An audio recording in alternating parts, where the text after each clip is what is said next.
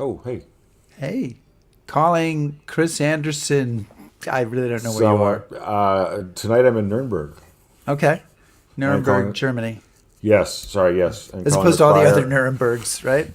I'm calling Rick Beyer in Chicago. Chicago, back in Oh, Chicago. you made it home. I did. Welcome everybody to History Happy Hour, brought to you with the help and support of Stephen Ambrose Historical Tours. And Chris and I may travel the globe as he is doing right now, but we still Yes. manage to be here Sundays to have a cocktail and talk about history. And today we're going to go south of the border a little bit to talk about Maximilian and Carlota, a great new book and a fabulous story. So it should be wonderful. Chris, it was great to see you in the UK in Likewise. Normandy. Yeah, And, I know. and great that we got to go visit your favorite clothing store. Oh, thanks for that. Yeah. Yeah, Cordings. And I did, And, I and, have, yeah. yeah, and And like I noticed that you did some shopping. I am wearing my Cordings shirt Say, as well as so well dressed. an Irish vest, tweed vest purchased in Normandy because that's, the Where you closest buy I'm Irish getting clothes. to is where I Yeah. buy Irish clothes. Right. But it was also great, saw a lot of other people in Normandy who are often watching this show. Valerie, Ron Stassen, there was Hugh McDonald Buchanan, Yeah. and a few of the guests on your trip who were History Yeah. Happy Hour watchers. So that was fun to see. So we span the globe. We do. And of course, we want to give a big thank you to the growing list of folks supporting us via Patreon, especially our top shelf supporters.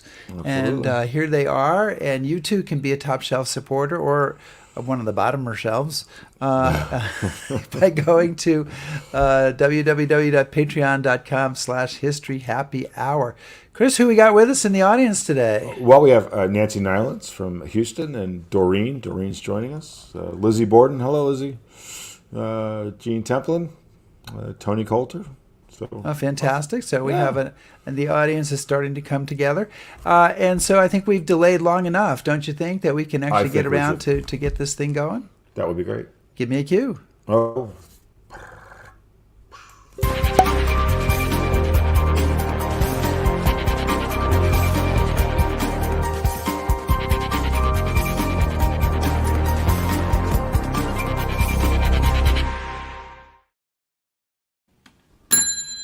the bar is open. The bar is open.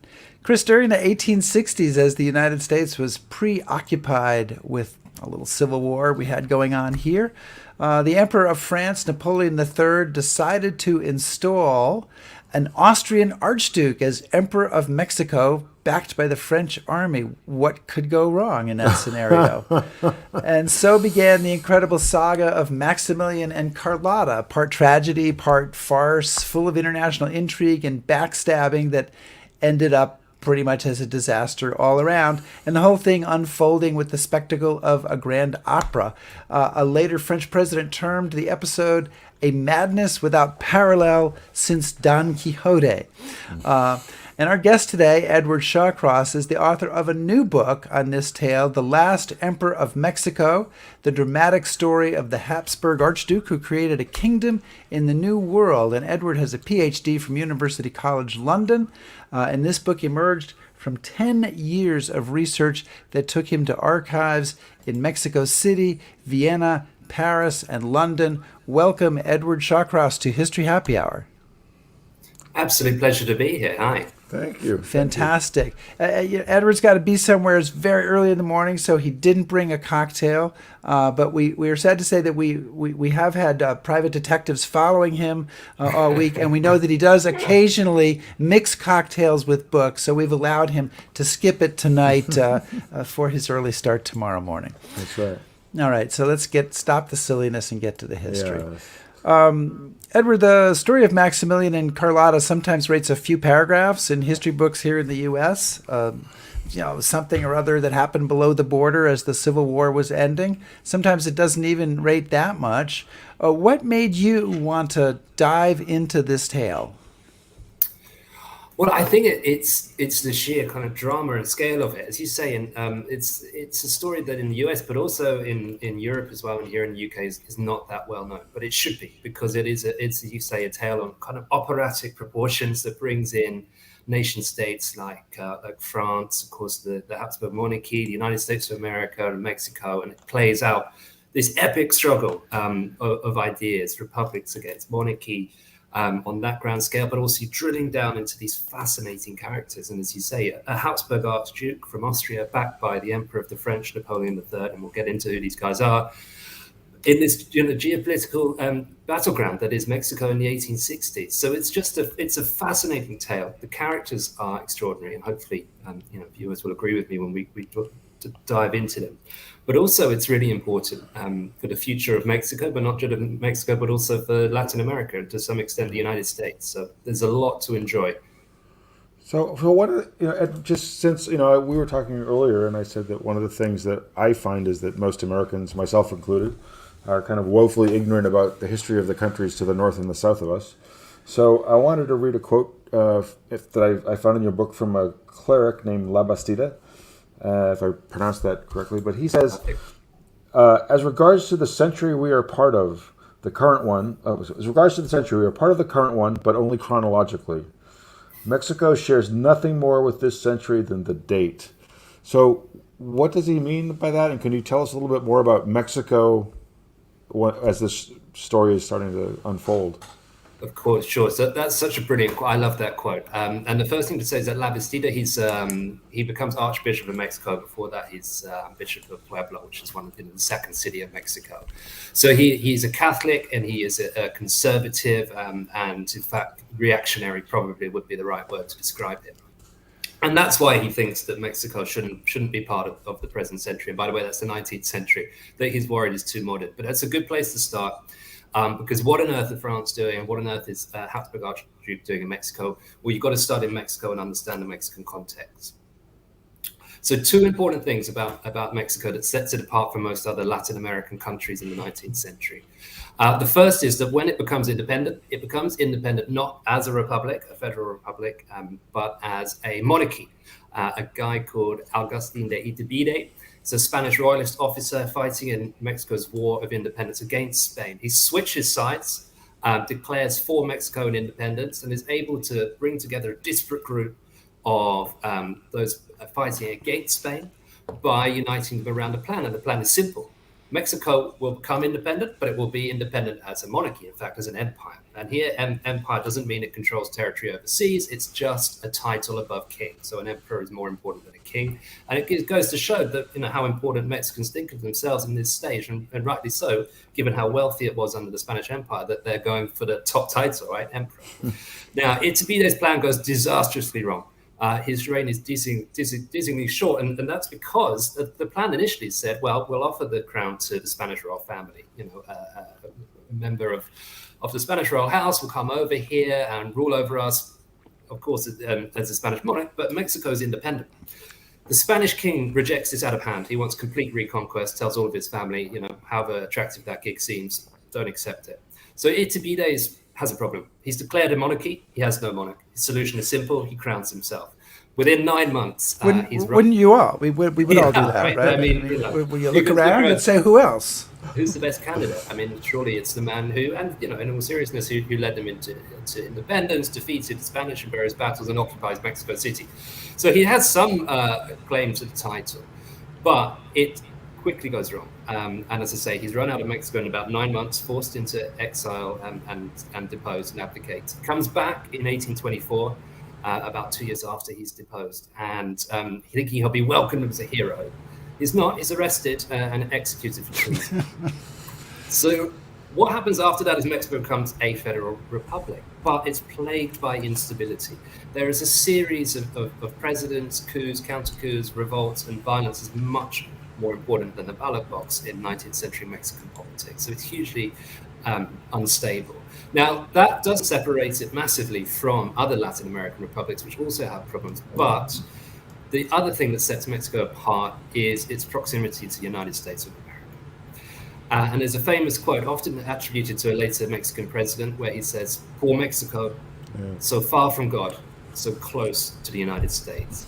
And at no time in its history would that have been more apparent than in 1846, when the United States of America declares war on Mexico. And this is a disaster for Mexico and its army. They lose every single major battle that they fight against the United States of America. An expeditionary force marches its way inland, landing at the Atlantic port of Veracruz, and marches the same route that Hernan Cortez marched up, the original Spanish conquistador, occupies Mexico City, the stars and stripes unfurled across the magnificent central square of Mexico in 1847.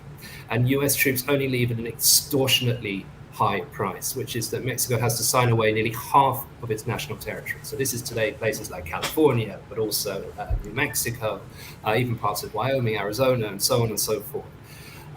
What Mexico gets in return? $15 million, which was was nothing then, and it's of course even less now, but they get the US troops out of Mexico. So that what essentially you have, to use an anachronism, is a failed state in the 1850s in Mexico. You've got its political instability combined with huge trauma and humiliation at the hands of its northern neighbor. So out of this, in this moment, or it's an extended moment, but in the late 1850s, early 1860s, the man who is the ruler in France, Napoleon III, who is, I guess he's the nephew of the famous Napoleon, who didn't even need a one after his name. And he decides that he's going to get involved here, both primarily as something that he wants to do, not for Mexico, I think, but for France and for its kind of power, and possibly as a counterpoint to the United States, which a lot of European countries fear is growing too powerful. So why does he decide to get involved, and then what? Why does he light on this young Austrian archduke and his Belgian princess wife to be, you guys should go be emperor and empress of Mexico? Right. So actually, I realized, just going back to Chris's question about La Basida and that quote, who is he? What happens in the 1850s, rather than Mexicans rallying around and uniting against the northern aggression and trying to rebuild the nation, there's a civil war between two sides: liberals, led by Benito Juarez, famous hero in Mexican history, and conservatives. And there's Benito Juarez. The response to that trauma of the US invasion, it depends on the real politics. You won't be surprised to learn. So people like Benito Juarez, who's indigenous, the first and indeed only ever indigenous president of Mexico, he argues that it's because Mexico is backwards, it's not modern enough, it's not liberal enough. People like La Basida, the man that Chris mentioned, he argues the exact opposite. The reason why Mexico lost to the United States of America is because it is too modern, it is too liberal, too secular. And in fact, the only thing that binds Mexico together is the Catholic Church, which Benito Juarez and his liberals are trying to break the power of. That war of ideas quickly becomes an actual war, which Benito Juarez wins. And in 1861, he occupies Mexico City, defeating the conservatives. And our story really should end there. But it doesn't, as you say, Rick, because enter the stage Napoleon III, the nephew of the more famous Napoleon. And he's an extraordinary figure, really interesting. We don't have time probably to go into too much, but he was elected president of France in 1848. And the problem was, though, that the constitution of the Second Republic prohibited him from standing for re-election. Now, if you know your Bonapartist history, then you'll know that any self-respecting Bonaparte is not going to take a constitution like that at face value. He launches a coup d'etat against his own government. I mean, what else are you going to do as a Bonaparte? Then proclaims himself Emperor of the French in the 1850s. Now, what's important to our story is that what he's done there is that he has overturned the Republic, and he has created a monarchy, an empire, which he has gone on to rule rather successfully, in fact, and kind of restored France to a pivotal position in European and international affairs. Mexican conservatives come over fleeing in exile to Paris, and they pitch a plan to Napoleon III. They say that Benito Juarez may have won the Civil War, but actually he may claim to be speaking for liberty and democracy. In fact, he is oppressing the majority of Mexicans, a silent majority oppressed by a radical minority. All we would need is a few thousand French troops. We would overturn this tyranny imposed by Benito Juarez, and we would go back to the original plan of independence, which, remember, people are paying attention, was monarchy, right? We'll do exactly what Napoleon III did in France to Mexico and create a strong authoritarian regime based on Catholicism. So Napoleon III, he's a Bonapartist, and the glory of France is important to him, but ideally it's glory on the cheap. And what this plan has, the advantage for France, is that you can, you can make a big impact in Latin America and the Americas. It's checked the rise of the United States of America. But you don't need to do it in the way that European powers, and France in particular, has been doing it on a colonial level, right? So France invades Algeria in 1830, which they turn into a colony, and it takes decades of brutal warfare, ties down between 80 and 100,000 troops at the time that Napoleon III is emperor, and the scale is enormous. What the Mexicans are offering, it's all the benefits of a colony to France, great trade deals, they can exploit the resources, etc., but at a fraction of the cost. And the other thing to say is that Napoleon III, like many Europeans, as you say, Rick, he is absolutely terrified of the United States of America. There's a fantastic quote from one of his advisors, who is a statistician by trade, a mathematician, and he's crunched numbers and he's looking at the US population and US expansion. And he says, in the late 18th century, it was 2 million. By 1830, it's something like 30 million or whatever the figure is. And he says by 1962, it's going to be about 500 million. And these people will need more land, more territory. They will take over Central America, cross even over beyond Panama into South America, and they'll be capable, this is the exact phrase, of enslaving the universe.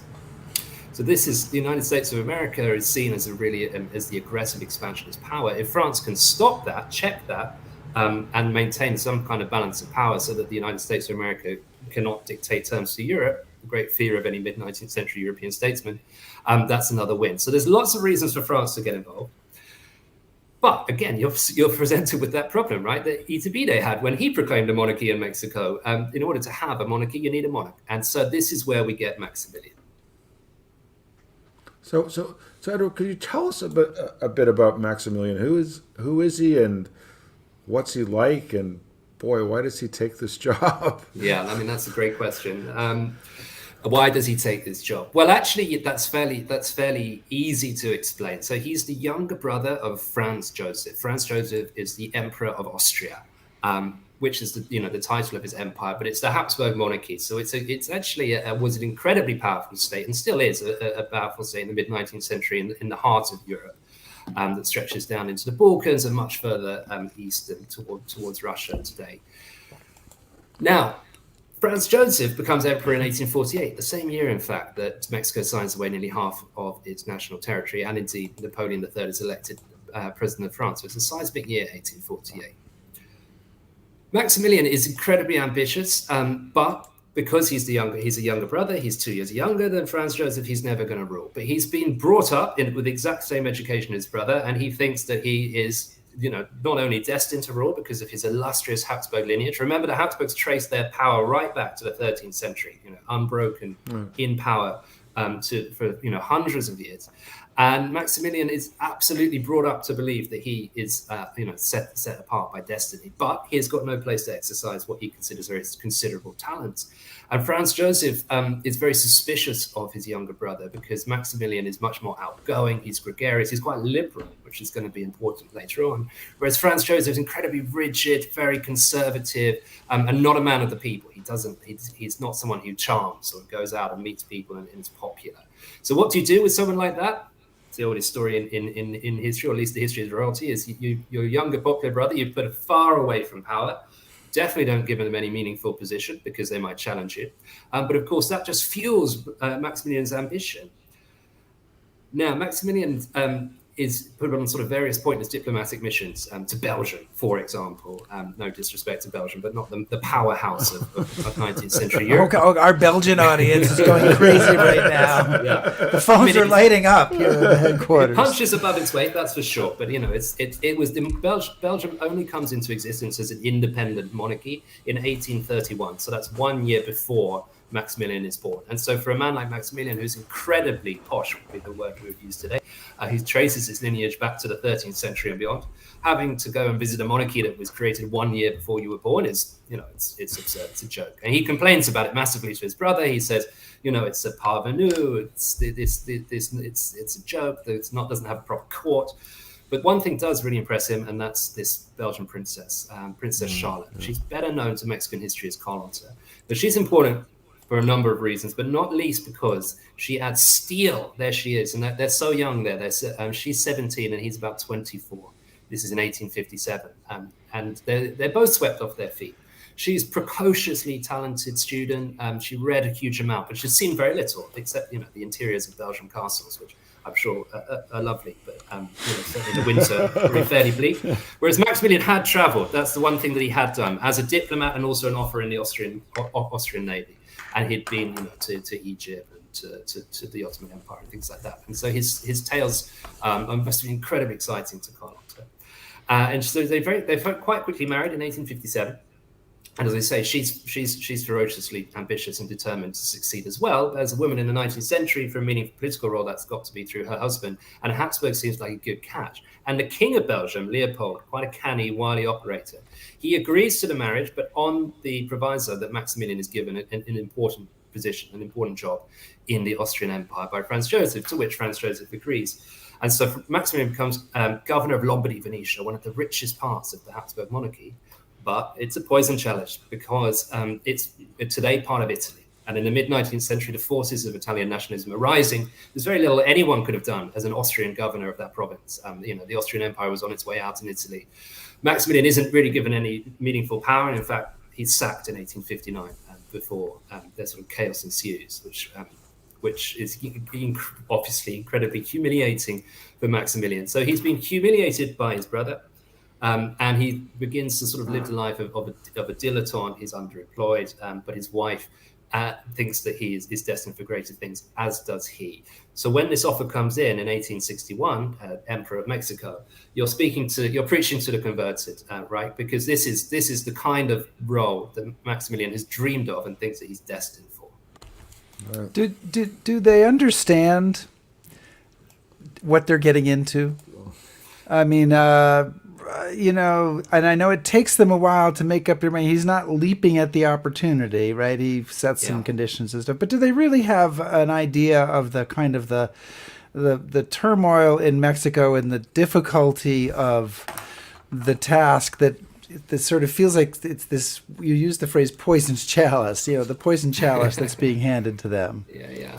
Yeah, well, if Lombardy Venetia was a poison chalice, I don't know what that makes this. An entire sort of industrial sized vat of poison tequila keg. The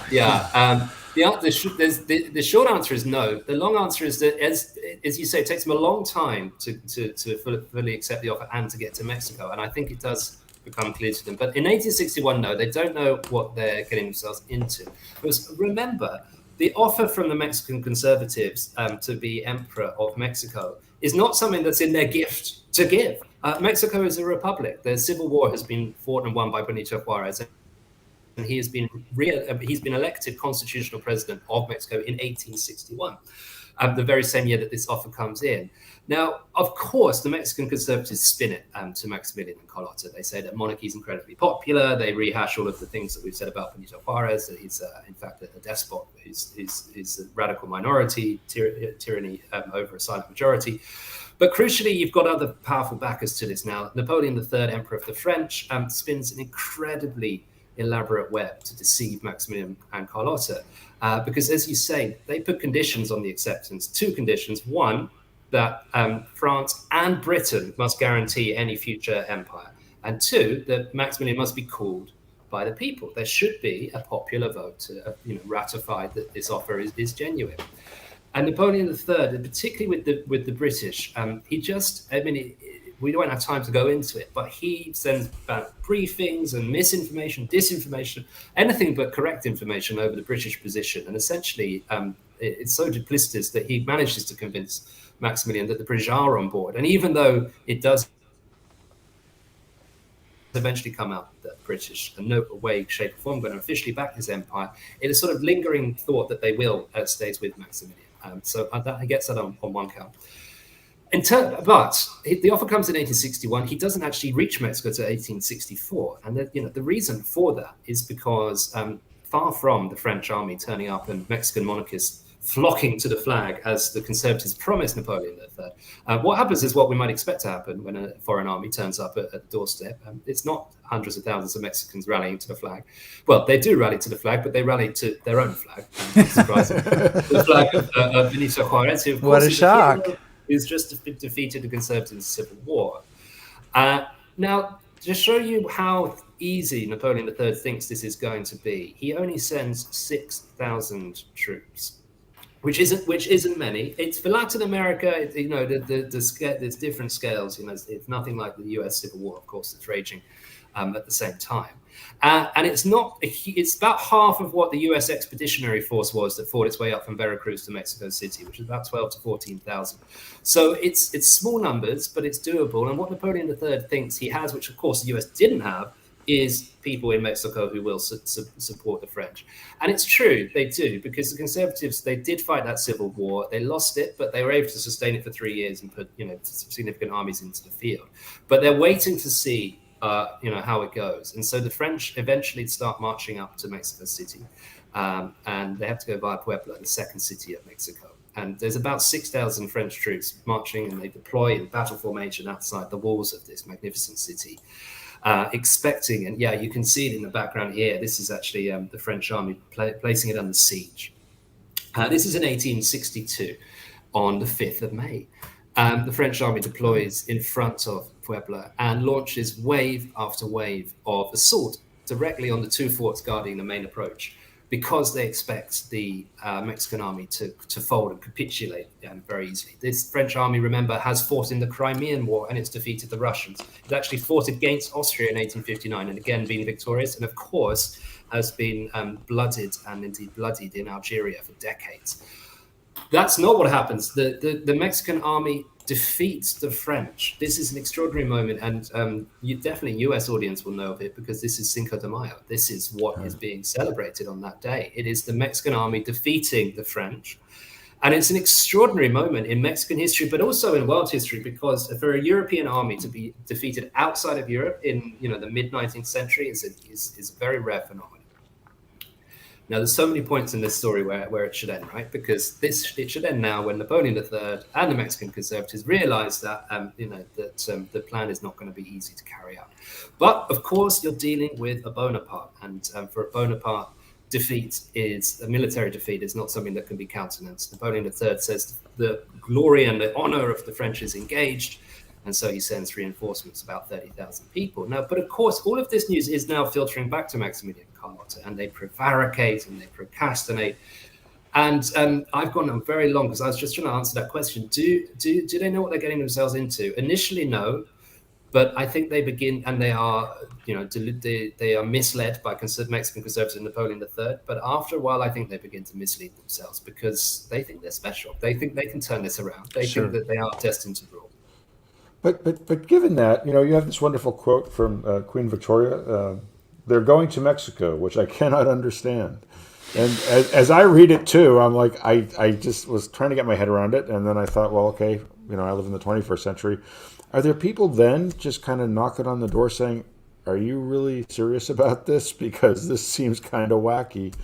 Definitely. Yeah. And Queen Victoria. So Maximilian is a real Anglophile, and his wife, Carlota, she's the cousin of Queen Victoria. So they spent quite a lot of time with Queen Victoria and in correspondence. She's very skeptical about it. Benito Juarez's government makes it very clear that whatever offer they've had from Mexican conservatives is illegitimate. There is a constitutional government in Mexico, and they won't be welcome. And the United States of America, of course, makes it abundantly clear not only that they won't be welcome in Mexico, but they will not be welcomed by the United States of America, i.e. whatever regime they set up will not be recognized. But of course, it's that Civil War context is crucial, because the United States of America cannot oppose France directly while the Civil War is raging, but unless France becomes involved in that conflict and tips the balance in favor of the Confederacy. So there are people wanting that, but you can make a case for it. I've given you the United States, Benito Juarez, Queen Victoria. You've got the Pope on board. You've got the Emperor of the French on board. You've got the Mexican conservatives who are saying they're going to back it. And so you can see how especially if you think that you have a kind of innate talent and you've been destined for a great role in history, this might be the gig for you. So there are arguments on both sides, and there are powerful people backing it as well. I think that there's a lot of ways to go with this story and in talking about it because there are so many wonderful avenues that the book goes down.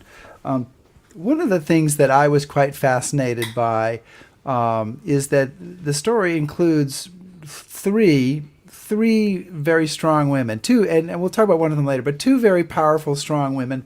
One, you've got Carlota, the Belgian princess who becomes the empress of Mexico, and the other is the wife of Napoleon III, and we were discussing how to pronounce her name, but Eugenie or something along those lines. And she is also kind of a very powerful person, a very strong presence. And what I was amazed by is that these women are not in any way sort of ornamental or even kind of behind the scenes advisors. They both are out there playing very strong and in some cases, public roles in this whole tale as it unfolds. Absolutely, they're both pivotal. Carlota, of course, is Maximilian's wife, and Eugenie, the empress of the French and Napoleon III's wife. She's key but she's Spanish, and she's a Spanish aristocrat who marries Napoleon III in the early 1850s. And so she's staunchly Catholic, she's staunchly royalist, of course, and believes that monarchy is the solution. And she has this sort of nostalgic belief in the sort of Hispanic role in Mexico. And so she almost sees this as a crusade. And so she is the person who gets the Mexican conservatives access at Napoleon III's court, and she pushes it. It's her project, and she is the one who initially suggests Maximilian as well. So she's absolutely central. Carlota as well, and even more so, because Maximilian, he's a dreamer and he's a dilettante, and he's a man who's got great ambitions, but would those ambitions ever be realized? In some senses, we'll probably get on to how he runs Mexico. He would have been happier having, just imagining being the emperor rather than having to go there. But Carlota, she is absolutely steals his ambition. And so when Maximilian is sacked from Longwy, Venetia, he pours all his energies into building this fairy tale castle on the Adriatic. It's called Miramar. It's absolutely beautiful, extraordinary neo-Gothic construction. And what Carlota says is that if they stay in Europe, then he will just be a glorified janitor who occasionally travels, right? So he just will be fixing up his castle, tending to the gardens, and will be going on a diplomatic mission. And she says that what their lives will just be stretching ahead of them. It will be boredom, infinite boredom until old age, right? So that, and if your partner says that to you, right? It's a bit of a problem now. Yeah, right. So you need to make a change. She's determined for him to go. And whenever he wavers, whenever he prevaricates, which is his nature, he procrastinates. If you don't have to make a decision, don't make it, put it off. She is always the one pushing him. When they actually eventually get to Mexico, Maximilian likes to go on royal tours. His opponents label him a royal tourist because he's always off. He loves botany, he loves nature, he loves natural science. He's always out there, cataloging rare butterflies and larvae and things like that. While he's away, Carlota is ruling as regent. And actually, both the French army who are backing this regime, but also Maximilian's Mexican ministers are just astonished by how effective she is. Because she'll turn up to these ministerial meetings and she's read her brief, she knows what decision she wants to make, and she'll just tell the ministers, right, this is what we're doing. When Maximilian chairs these meetings, they have a lovely sort of, 6-hour discussion, and then they go off and go to a museum together. So she's extraordinary. And we'll probably come on to them, but there's key moments, where she makes decisions that have fateful consequences for her husband. So along those lines, I mean, they have a somewhat undramatic entry to their new empire, but how are they received, and what's the reaction to them saying, "Hey, no, we're here to rule you"? How's that go over? It starts badly. So they arrive in Mexico 28th of May, 1864. So now, nearly 3 years after the initial offer had come to Maximilian at Miramar. And they go on this Austrian frigate, the Navarra, which steams into the harbor of Veracruz, the principal Atlantic port. And so Maximilian and Carlota, they survey their new kingdom. And this is the port of Veracruz, the principal Atlantic port of Mexico. And they're scanning the docks. They're expecting to see what you'd expect to see, that we've just had here in this country, the Platinum Jubilee, and sort of hundreds of thousands of people waving flags and cheering. The docks are eerily deserted. There's just a few workers milling about and increasingly curious onlookers because there's 101 gun salute has gone on. But the docks are deserted. And there's two reasons for this that will hopefully answer your question, Chris. The first is Veracruz was the seat of Benito Juarez's liberal government during the Civil War that we were talking about earlier. So it's a liberal stronghold. And the people of Veracruz have looked on with indifference / hostility as a foreign army has overturned the constitutional president of Mexico. The second reason for this, and I do sympathize with this because I'm very bad at admin myself, is that the welcoming committee got the day wrong.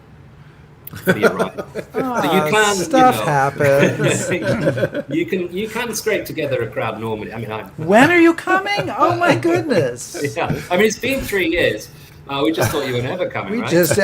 So they haven't got the official celebrations done. The triumphal arches are not finished, and so all of that choreography that might have been able to whip up some enthusiasm is not at Veracruz. So things start really badly. In fact, the welcoming committee is so late that they can't disembark that day. They have their road into Veracruz the next morning, sort of the dawn twilight. Again, through eerily deserted streets, the sort of carrion birds of Veracruz circling over carriages in Carlota, nearly reduced to tears. Things improve. Things do improve as they make their triumphal progress towards Mexico City, and it culminates in a massive demonstration in their favor in Mexico City.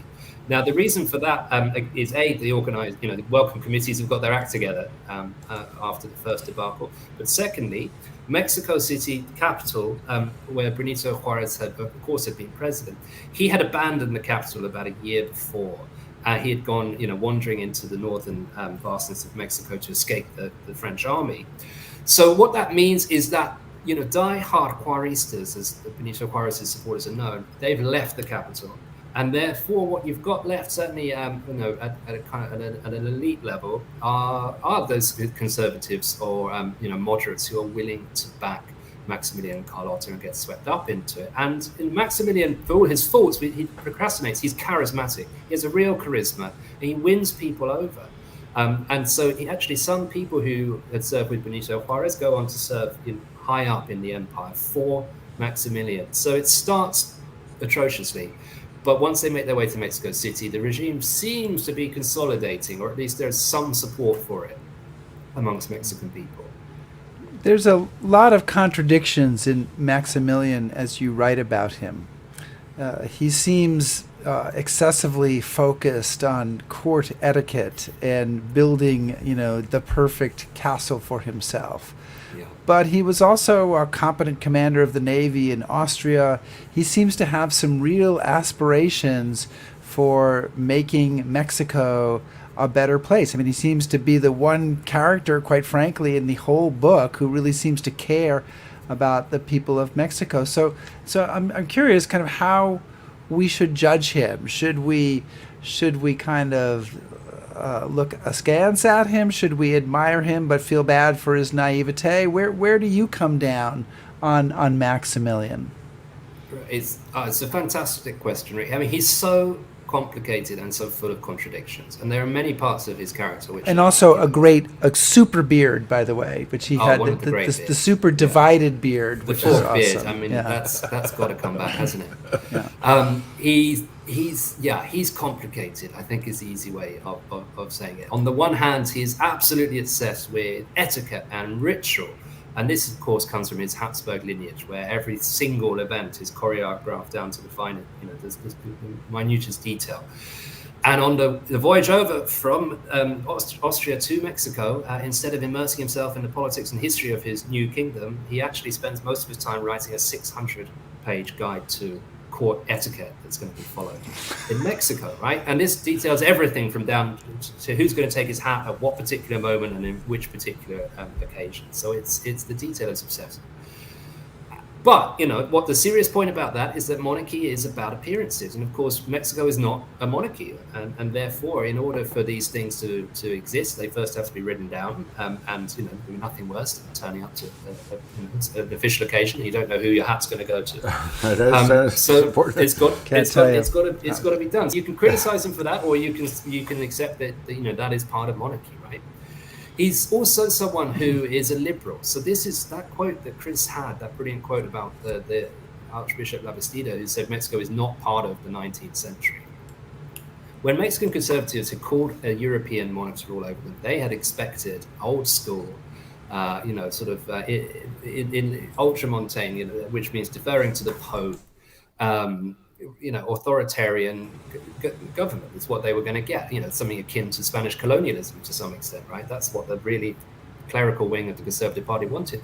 Maximilian is a liberal. He's a moderate liberal. He's sort of read the Enlightenment literature. He accepts the 1789 French Revolution, at least in its moderate phase. He's not up for having Louis XVI and his head getting cut off. But the constitutional monarchy is the model that he thinks monarchy has to be. His father-in-law Leopold is a great influence. The British system as well, and to some extent Napoleon III, who, again, a very complicated character, and we've painted as an authoritarian, and that's my fault. But he was also surprisingly liberal himself. So you've got someone who wants to liberalize a lot of what's going on in Mexico, not least the major issue that the Mexicans have been fighting over, which was the nationalization of church property. The liberals had done that prior to the Civil War as a way of raising money, but more importantly, of breaking the power of the Catholic Church. Conservatives hated this. They thought it was impious, atheistic assault on everything that was holy and sacred in Mexico. So they expect Maximilian to overturn it and return the property to the church. Maximilian doesn't. He confirms most of the reforms that Juarez had brought in the 1850s and the early 1860s. So on the one hand, you've got this incredibly aristocratic, posh Habsburg tracing his lineage back and believing that he's destined to rule. On the other hand, you've got a very forward-thinking, modern and progressive character. And as you say, in Austria, he had been a very competent commander of the Austrian Navy, much loved by his fellow officers, and indeed much loved by many people in the Habsburg monarchy. And then in 1866, we're veering off into a ditch here, but Prussia goes to war with Austria. It's an absolute disaster. The campaign's over in 7 weeks. Austria is humiliated and loses, and Franz Joseph is, it's never the same again in many respects, nor is the Austrian Empire. The only bright spot is the Navy, which defeats the Italian Navy in the Battle of Lissa in 1866. And that's because of the reforms and the modernization program that Maximilian brought into that Navy. So he's a competent individual, but he has these failings, these foibles, about being obsessed by etiquette or butterflies or procrastination. You can paint him as an imbecile, but he's not. He's competent, but he's not. To solve the problems that he's faced within Mexico would take a man of extraordinary ability, and that's not Maximilian. Yeah. Well, Edward, one of the things that really fascinated me, and I preface this by saying I haven't read a lot about Mexican history, so I may be totally off base, but when I was reading about those Mexican individuals who become imperialists, I didn't get the sense that they were all necessarily just quislings, or there was just a tiny number of them. I kind of got a sense that some of them were Mexican patriots, and I was fascinated by how they viewed this whole situation and how why they attached themselves to this person or this idea. I mean, I know we've talked a little bit about liberals and conservatives, but seems to be a little bit more to it than that. Yeah. Well, and here the US context is crucial because it's, and this, apologies to your US audience out there, but it's hard to convey in words just how much hatred there is for the United States of America after the US-Mexican War, which is a war that is, expansionist, is illegal, in fact, in the sense that, Polk essentially lies to Congress about where the incident that triggered it took place. Even Ulysses S. Grant says, that this is one of the most unjust wars ever waged. And of course, he's on the winning side. So imagine how Mexicans feel about it. No one in 1850s or 1860s Mexico or Europe, for that matter, thinks that U.S. expansion has ended. They think it's going to continue and that Mexico is likely to be absorbed and ultimately lost into the Union. So you have this fear of the United States of America combined with hatred of the United States of America. and a European with independent Mexico governed by a European monarch with the backing of the French seems to some in Mexico as a meaningful way, and a much better way, in fact, of preserving the territorial integrity and ultimately the future of Mexico than what has happened in the 1830s and 1840s. Because, of course, Mexico loses Texas in the 1830s. Then the 1840s, you have the huge loss of territory. And that trajectory is expected to continue by a lot of Mexicans on both sides of the political spectrum, or all sides of the political spectrum. So you have that binds, that brings quite a few high-profile elite Mexicans on board with the project. Also, the instability, the political instability, which is, as I say, I mean, governments come every 2-3 years. There's violent revolts and rebellions. The monarchy can provide stability, and the argument that is often given is because the monarchy is above the party faction. So if you have a republic, you have parties who are trying to seize power. But if you have a monarch, you can't overthrow the monarch. I mean, of course, we know you can overthrow the monarch, but so the theory goes, you can't overthrow the monarch. So maybe that provides the political stability and the protection from external threat that's been lacking in Mexico. And a lot of people take that seriously, especially, as I say, at an elite level. And he's able to win over a fairly large section of the Mexican elite that serves in his empire, and many of them right up to the end. So, we don't have time to go into every detail, but I think the audience will not be surprised to discover that things go horribly wrong in this story. They do. The U.S. is hostile. The French eventually withdraw their support and say they're going to withdraw their army. Carlota goes back to France to plead with Napoleon and Eugenie to plead for them to keep the French army there. I mean, it becomes this sort of slow motion tragedy as the years go by. I mean, maybe not a tragedy from the point of view of Benito Juarez, but a tragedy from the point of view of Maximilian and Carlota, that they are slowly left without any support, and yet sort of continuing to fight on because they believe in themselves and in this kind of really a little hard to understand way, believe that they are Mexico and that they need to do this for Mexico. Maximilian becomes convinced that he is the defender of the Mexican nation and Mexican independence, and he has various Independence Day speeches with lines such as "Every drop of my blood is now Mexican," and "I'll never leave my post, I abdicate." And he actually decides to abdicate twice. The first time he's talked out of it by Carlota, and that's why she goes to Europe. She writes him a sort of 10-page memorandum that is absolutely chilling. And again, because if your partner writes a 10-page memorandum criticizing your decision, you're in trouble. She calls him a coward. She says that to abdicate is madness, and only an idiot would do it, and so on and so forth. She convinces him to stay. She'll go back to France and persuade Napoleon III, who, under significant US pressure and, of course, the difficulty of defeating Benito Juarez, has decided that he's going to cut his losses and pull French troops out. She goes back to Paris to persuade Napoleon III to change his mind. She's got letters from him saying, "My support will never fail you." She puts these letters before him. He breaks down in tears, but he doesn't change his mind.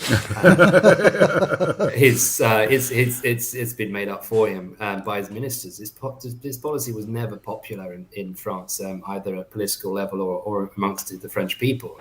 Hard to understand what on earth the French army is doing in Mexico, right? So Carlota then goes on to see the Pope. She's got one more trick up her sleeve, which is she's going to rally the Catholic world behind her husband Maximilian. So we can't go too much into details, and I'm probably pressed for time. But the long and the short of it is that in a later meeting with the Pope, instead of discussing church-state relations, she's broken into the Vatican, by the way, early in the morning. She doesn't have an appointment. But if you're on the door, how do you stop the Empress of Mexico? So she just goes up the staircase, demands to see the Pope, who eventually comes out slightly bewildered. And then, rather than discussing church-state relations, she breaks down, sobbing uncontrollably, in tears, in the Vatican. I mean, it's an extraordinary moment. And she's accusing Napoleon III of trying to poison her, which, unfortunately, is paranoid delusion. She's completely had a breakdown and lost all reason. And she never goes back to Mexico, and she never recovers. Meanwhile, back in Mexico, Maximilian, who'd been persuaded to stay there by Carlota, when he hears the news and he sees how things are going, which is badly, he decides to abdicate again. But once again, he changes his mind. He's talked out of it, this time by his Mexican conservative allies who say, now the French are leaving, the taint of foreign intervention is no longer on our cause, and you will be able to lead the army to glory. That's the plan. So, Edward, is this event, why is this, is it more than just a historical footnote? I mean, obviously, you think it is, and I think it is, having read your book, but is it, why is it significant? Why does this deserve a second look? I think it's so fascinating on a number of levels. But I think that, key one, and to emphasize its importance to U.S. history, is that this is, to my mind, the single greatest challenge to the Monroe Doctrine, the U.S. doctrine of excluding European intervention in the Americas, until the Cuban Missile Crisis 100 years later. Right? I mean, it's a battleground that's geopolitical. The conservatives looking towards Europe, looking to establish monarchy in Mexico, and the liberals who are much more pro at this stage. In the United States of America and a federal Republican government. And so that battle that plays out in Mexico between republics and monarchies, which is won by Benito Juarez, he's a real hero, an extraordinary figure. A shame we didn't have time to talk too much about him, but he defends republicanism and democracy in Mexico and triumphs. And that's crucial, because what Napoleon III had hoped, he had grand plans for Latin America. By the way, that term Latin America, coined in the 1850s in Paris to demarcate it in opposition to what they would have then called the Anglo-Saxon United States of America. That's the 19th century terminology. Of course, with the complete failure of that project, any idea of the expansion of monarchies in Latin America is once and for all finally ended. So it's the personal events. It ends with the execution of Maximilian, the madness of Carlota, and the defeat of the French army. Those things are seismic in themselves, but what they represent, that contest, I think, is enormously significant. And this, of course, a famous Manet painting of the not necessarily historically accurate, but you do get the idea of the execution of Maximilian. Before that execution happens, there's another woman who gets involved, and I would say she's a minor character in your story. I mean, if this was a movie, and I'm definitely got fingers crossed, and because I want to go see this in the movie theater, she'd be played by a young up and coming actress. But her name is Agnes Samsam. She's married to a Prussian officer. Who is now, he's kind of a soldier of fortune. He's now working for Maximilian. And they've gotten to the point where they're garrisoned in a town. I mean, their monarchy has now been sort of reduced in size to basically one small city, one town. They're holding off the forces of Juarez. And she gets really involved kind of at that point, and after Maximilian, after he eventually surrenders, in trying to save his life. I was quite amazed by her. Can you tell us a little bit about her? Yeah, she's an extraordinary character, Agnes Samsam. She's married, as you say, Felix Samsam, who's a Prussian prince in Prussian aristocracy, who's he's a soldier of fortune. He loves war. But she's American, right? She's American, right? Yeah. So she's actually the daughter of a fairly obscure U.S. general. So she's an unreliable narrator, I think it would be fair to say. And her sort of early life is shrouded in mystery. One story sort of has it that she ran off to join the circus, that she was an actress, and maybe she spent some time in Cuba.